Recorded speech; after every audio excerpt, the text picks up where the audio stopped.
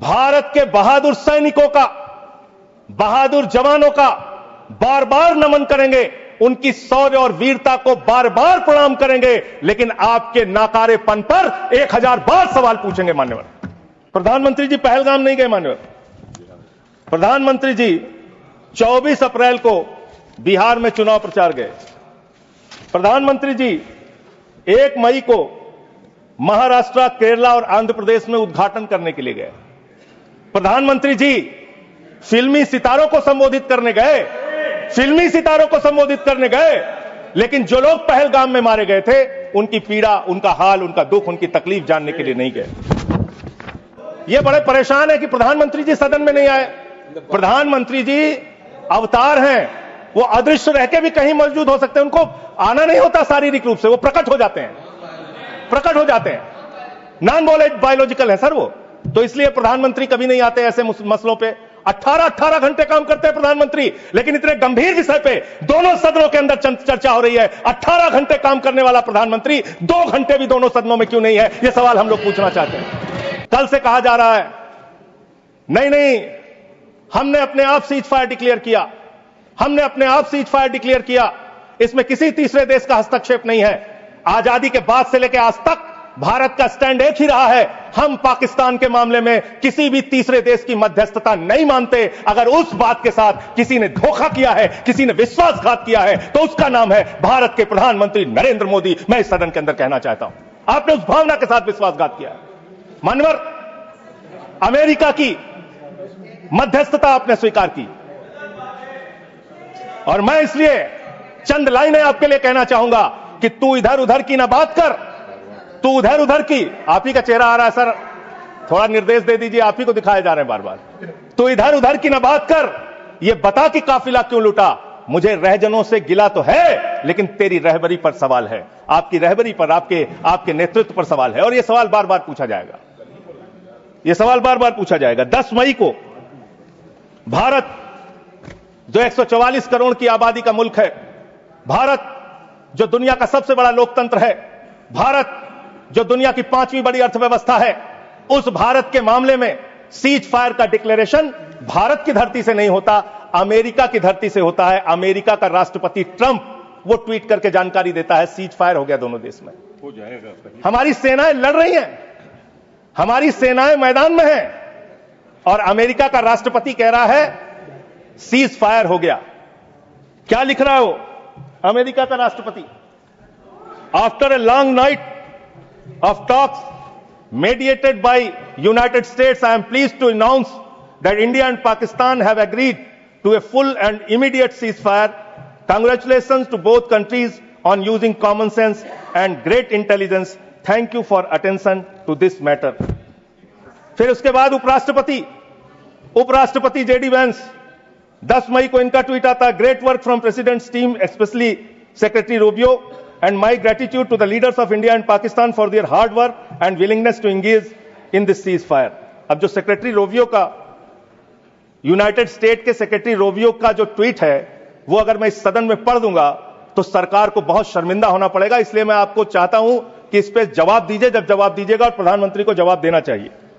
ये 10 मई का ट्वीट है, मैं चाहूंगा सत्ता पक्ष विपक्ष पूरा सदन इसको सुने।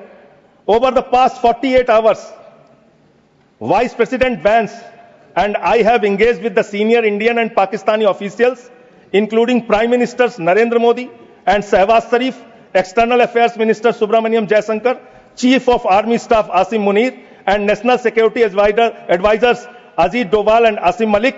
I am pleased to announce the governments of India and Pakistan have agreed to an immediate ceasefire. मान्यवर, मैं बड़ी विनम्रता पूर्वक इस सरकार से यह पूछना चाहता हूं कि ये सेक्रेटरी, यूनाइटेड स्टेट का सेक्रेटरी जो है रूबियो, वो कह रहा है 10 मई को कि पिछले 48 घंटे से प्रधानमंत्री नरेंद्र मोदी से, पाकिस्तान के प्रधानमंत्री शरीफ से, वहां के एडवाइजर आसिम मलिक से हम लोग बातचीत कर रहे थे। आसिम मलिक कौन है सर? आसिम मलिक कौन है? आसिम मलिक है आईएसआई का चीफ, जो पाकिस्तान के द्वारा प्रायोजित आतंकवाद का संरक्षक है। भारत की सरकार उससे बातचीत कर रही थी जब सेना लड़ रही थी। 8 मई को जब सेना लड़ रही थी, आप आईएसआई से बात कर रहे थे। मुनीर और आसिम मलिक दोनों से आप बात कर रहे थे। आप बात कर रहे थे आईएसआई से।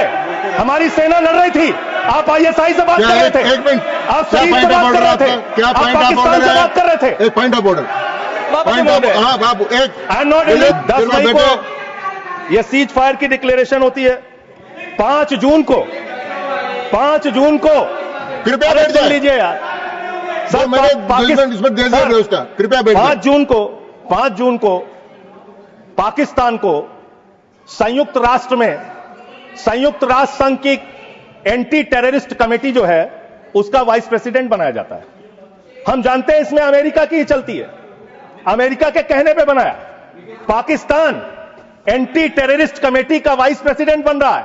वो पाकिस्तान जिसने 10 साल तक ओसामा बिन लादेन को अपने घर में छिपा के रखा, वो पाकिस्तान जहां मसूद अजहर है, वो पाकिस्तान जहां हाफिज सईद है, वो पाकिस्तान जिसने ताज पे हमला किया मुंबई में, वो पाकिस्तान जिसने संसद पे हमला किया, वो पाकिस्तान जिसने अक्षरधाम किया, वो पाकिस्तान जिसने उड़ी किया, वो पाकिस्तान जिसने पुलवामा किया, वो पाकिस्तान जिसने लाल किले पे हमला किया, वो पाकिस्तान जो हिंदुस्तान में आतंकवाद फैलाता है, पहलगाम की घटना को अंजाम देता है। आप कह रहे हैं वो पाकिस्तान आपसे गिड़गिड़ाया, आप मान गए। अरे मान्यवर, वो हमारी बहनें भी तो गिड़गिड़ा रही थी, वो आतंकवादी तो नहीं माने, आप कैसे मान गए? वो बहनें भी तो गिड़गिड़ा रही थी मान्यवर, वो भी तो कह रही थी आतंकवादियों के सामने कि मत मारो मेरे पति को, मत मारो, लेकिन मारा उन्होंने। आप कह रहे पाकिस्तान का डीजीएमओ बात कर गया, पाकिस्तान के डीजीएमओ ने कह दिया कि अब हम आगे कोई घटना नहीं करेंगे। आप मान गए उनकी बात? जिन्होंने संसद पे हमला किया, जिन्होंने लाल किले पे हमला किया, जिन्होंने मुंबई के ताज पे हमला किया, जिन्होंने अक्षरधाम पे हमला किया, जिन्होंने पहलगाम किया, जिन्होंने उड़ी किया, आप उनकी बात मान गए? पुलवामा किया, और पुलवामा मान्यवर, आप सेना के सम्मान की बात करते हैं मान्यवर। 19 जून को अमेरिका ट्रंप के लिए प्रचार करने मैं नहीं गया था मान्यवर। ट्रंप के लिए प्रचार करने महामानव गए थे, मैं नहीं गया था। अब की बार ट्रंप सरकार उन्होंने नारा दिया था मान्यवर। और ये 19 जून को क्या किया? उस ट्रंप ने 19 जून को क्या किया? 19 जून को उसने आसिम मुनीर को बुलाया, पाकिस्तान का आर्मी चीफ, उसको बुलाया सेना का, और उसको बुला के बंद कमरे में लंच कराया। लंच कराने के बाद नहारी खिलाया, हो सकता है नहारी खिलाया। और लंच कराने के बाद जब दोनों लोग निकले तो उस लंच में पता चला कि वो आसिम मलिक भी था, आईएसआई का प्रमुख जो था सर, वो भी था बातचीत में। जो इंडिया के अंदर जो आईएसआई आतंकवाद की घटनाएं देता है, जब को अंजाम देता है, वो भी था। तो जब उससे पूछा गया ट्रंप से what he wanted to achieve from meeting mister Munir, the US president said, well I stopped the war, I love Pakistan. I love Pakistan, ये ट्रंप बोल रहा है। मोदी का दोस्त सर, बार बार आप ही आ जा रहे हैं, मना कर दीजिए, ऐसे क्यों कर रहे हैं? बार बार आप ही आ रहे हैं। आई लव पाकिस्तान, ऐसे स्ट्रेटेजिक खेल मत खेलिए सर। आई लव पाकिस्तान कह रहा है ट्रंप। वहां पाकिस्तान और अमेरिका का इलू इलू चल रहा है, और आप कह रहे हैं अब की बार ट्रंप सरकार। आप कह रहे हैं 14 फरवरी को जाके, 14 फरवरी 2025 को प्रधानमंत्री जी गए थे, मागा plus मीगा becomes mega partnership for prosperity. आप कह रहे हैं मोदी जी 14 फरवरी को गए थे। 14 फरवरी 2025 को जब आप गए थे तो 7 फरवरी को वही अमेरिका हमारे भारतीयों को बेड़ी में बांध के अमृतसर में उतारा था सर। आप यहां उतरे और आपने आपत्ति नहीं की। आप कह रहे हैं मेगा मीगा मागा, वहां कर रहे हैं मेगा मीगा मागा, मेगा मीगा मागा, और वो अमेरिका आपके साथ ऐसे विश्वासघात कर रहा है। अभी उसके बाद ये तो आई लव पाकिस्तान बोला, फिर उसके बाद डिप्टी पीएम पाकिस्तान का उप प्रधानमंत्री गया 25 जुलाई को, उसने यूएस सेक्रेटरी से मुलाकात की, रूबियो से, मार्को रूबियो से। और उसके बाद ये लास्ट की लाइन खाली पढ़ रहा हूं, I also thanked him for Pakistan partnership in countering terrorism and preserving regional stability. ये धन्यवाद कर रहा है, धन्यवाद कर रहा है अमेरिका का मार्को रूबियो सेक्रेटरी कह रहा है कि पाकिस्तान को हम धन्यवाद देते हैं आतंकवाद से लड़ने के लिए।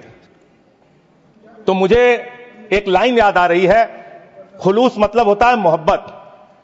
प्रधानमंत्री जी के लिए और अमेरिका के राष्ट्रपति के लिए एक लाइन में पढ़ना चाहूंगा। प्रधानमंत्री तो फिदा है उनके ऊपर, ट्रंप के ऊपर, तो प्रधानमंत्री की ओर से ट्रंप के लिए लाइन है कि तेरे खुलूस ने रखा मुझे अंधेरे में, तेरे खुलूस ने रखा मुझे अंधेरे में, तेरा फरेब मुझे रोशनी में ले आया, तेरा फरेब मुझे रोशनी में ले आया। ये फरेब पे फरेब, फरेब पे फरेब, धोखे पे धोखा, ये लगातार हो रहा है। मान्यवर, अब मैं एक बहुत ही महत्वपूर्ण बात आपके सामने रखना चाहूंगा। हमारी सरकार ने कहा हम अपने वीर जवानों के लिए ताली बजाएं, हमने ताली बजाया। हम उनका नमन करें, हमने नमन किया। आपने क्या किया? भारत के सेना की बहादुर बेटी कर्नल सोफिया कुरैशी के लिए आपका बीजेपी सरकार का मध्य प्रदेश का मंत्री कहता है वो आतंकवादियों की बहन है। और यही नहीं मान्यवर, बात यहां तक नहीं रुकती। कर्नल सोफिया कुरैशी को कहा आतंकवादी की बहन है। भारत के विदेश सचिव विक्रम मिश्री जी, उनकी बेटी के लिए सोशल मीडिया पे इतनी ज्यादा आपत्तिजनक बातें लिखी गई, सरकार ने कोई कार्रवाई नहीं की और विदेश सचिव को अपना ट्विटर का अकाउंट लॉक करना पड़ा। अब अपने लोगों को सुरक्षा नहीं दे पाते, अब अपने लोगों को सुरक्षा नहीं दे पाते।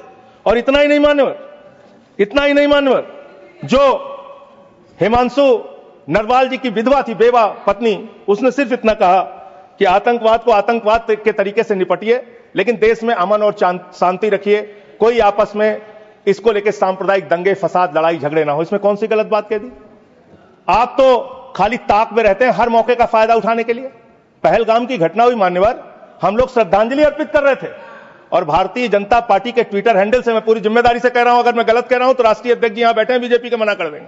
उन्होंने क्या पहला ट्वीट किया आया? धर्म पूछा जाति नहीं, धर्म पूछा जाति नहीं।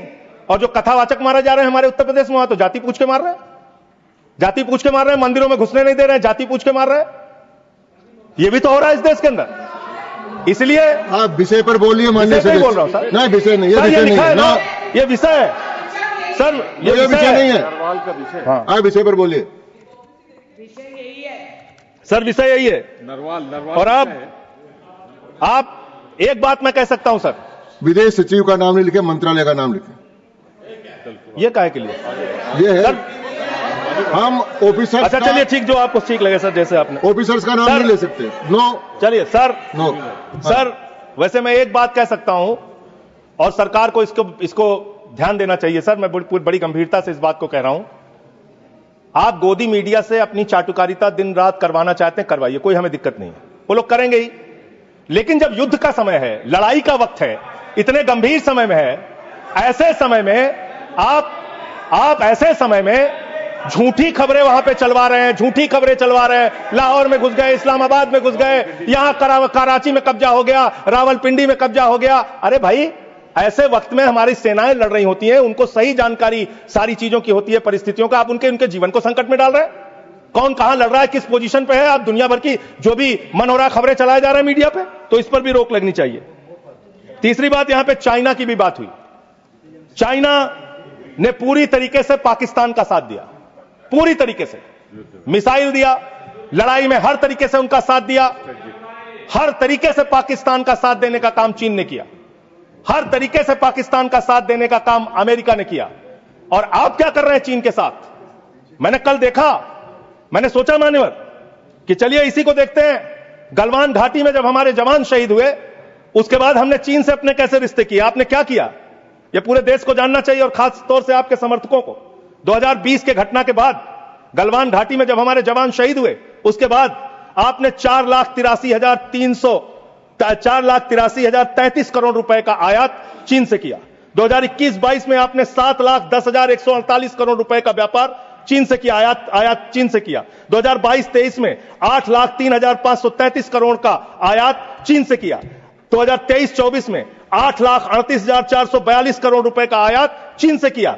2024-25 में 9,41,718 करोड़ रुपए का आयात चीन से किया। आप चीन को लाखों करोड़, 37 लाख करोड़ रुपए पिछले 5 सालों में आपने 37 लाख करोड़ रुपए का सामान चीन से भारत में आयात किया। आप चीन को रुपया पे रुपया लाखों करोड़ नहीं है माननीय सदस्य। आप हर एक चीज में रोकेंगे सर, इसमें मैं तो ये आंकड़ा बिल्कुल ये रिलेवेंट नहीं है। आप ये रिलेवेंट है, मैं बता रहा हूं सर, मैं बता रहा हूं सर, इसको लीजिए आप सर। ये एम्बेसी ऑफ इंडिया बीजिंग, ये एम्बेसी ऑफ इंडिया भारत की एम्बेसी का ये डाटा है और वेबसाइट पे आप जा सकते हैं, चेक करा सकते हैं, ये वहां से मिला डाटा। ये 37 लाख करोड़ रुपए का आपने उनको व्यापार दिया, उनसे वहां से सामान आयात कर रहे हैं। आप चीन को लाखों करोड़ रुपए का व्यापार दे रहे हैं और चीन पाकिस्तान को मिसाइल दे रहा है। ये आपका समझौता है, ये आपका समझौता है। आप उस चीन के राष्ट्रपति को झूला झुलाते हैं और ये हमारे साथ चीन कर रहा है, ये हमारे साथ चीन कर रहा है। ये इस देश को जानना जरूरी है। पाकिस्तान को कर्जा मिलता है आईएमएफ से, वर्ल्ड बैंक से, और यह कर्जा मिलता है लगभग 3 लाख करोड़ रुपए का कर्जा उनका सैंक्शन हो चुका है, मिल जाएगा। और काफी विरोध भी किया सरकार ने, लेकिन माने नहीं, वो लोग माने नहीं। लड़ाई के समय में उनका कर्जा सैंक्शन हो रहा है और वो पैसा कहां लगेगा? आतंकवाद को बढ़ावा देने में, आतंकवाद को फैलाने में। एनआईए ने सुप्रीम कोर्ट में कहा अडानी के पोर्ट से 21,000 करोड़ रुपए की ड्रग्स पकड़ी गई है जो आतंकवाद में लगती है। यह है सर, यह सारा पेपर मैं आपको दे रहा हूं। इस देश के अंदर पाकिस्तान से, अफगानिस्तान से हजारों करोड़ का ड्रग्स आएगा और इसी देश में आतंकवाद फैलाया जाएगा, अडानी के पोर्ट पर पकड़ा जाएगा। अडानी कौन है? भारत के प्रधानमंत्री का सबसे करीबी व्यक्ति है। यह सवाल देश पूछना चाहता है, आप क्या करा रहे हैं देश के अंदर? इन ड्रग्स वाले मामले में जो पकड़े गए हैं, इस पर क्या कार्रवाई हुई है, जानना चाहता है देश। समाप्त हुआ माननीय सदस्य। मान्यवर, अभी बहुत समय है सर, 35 मिनट समय। 35 मान्यवर, 35 मिनट समय। मान्यवर, मैं अंत में एक ही बात कहना चाहता हूं। आपने कहा कि इस मामले में राजनीति नहीं होनी चाहिए। राजनीति करता कौन है? हर मामले में आप राजनीति करते हैं, हर मामले में आप राजनीति करते हैं, हर हमेशा विपक्ष को ब्लेम करते हैं, विपक्ष को देशद्रोही कहते हैं, विपक्ष को गद्दार कहते हैं। आप पूरी दुनिया में घूमते हैं, एक देश आपके समर्थन में नहीं आता, एक भी देश आपके पक्ष में खड़ा नहीं होता, लेकिन जब आपको जरूरत होती है आप कहते हैं विपक्ष के लोगों पूरी दुनिया में जाओ और भारत के पक्ष में बोल के आओ। गए विपक्ष के लोग, हमारी भी पार्टी के 2 सांसद गए और हम सरकार का पक्ष दुनिया में रख कर आए। जब भी देश पे संकट होगा हम आपके साथ खड़े हैं, लेकिन लोगों को बांटने का काम, अपमानित करने का काम और रोज रोज इस तरीके से गद्दार कहने का काम बंद कीजिए। बहुत बहुत धन्यवाद। धन्यवाद।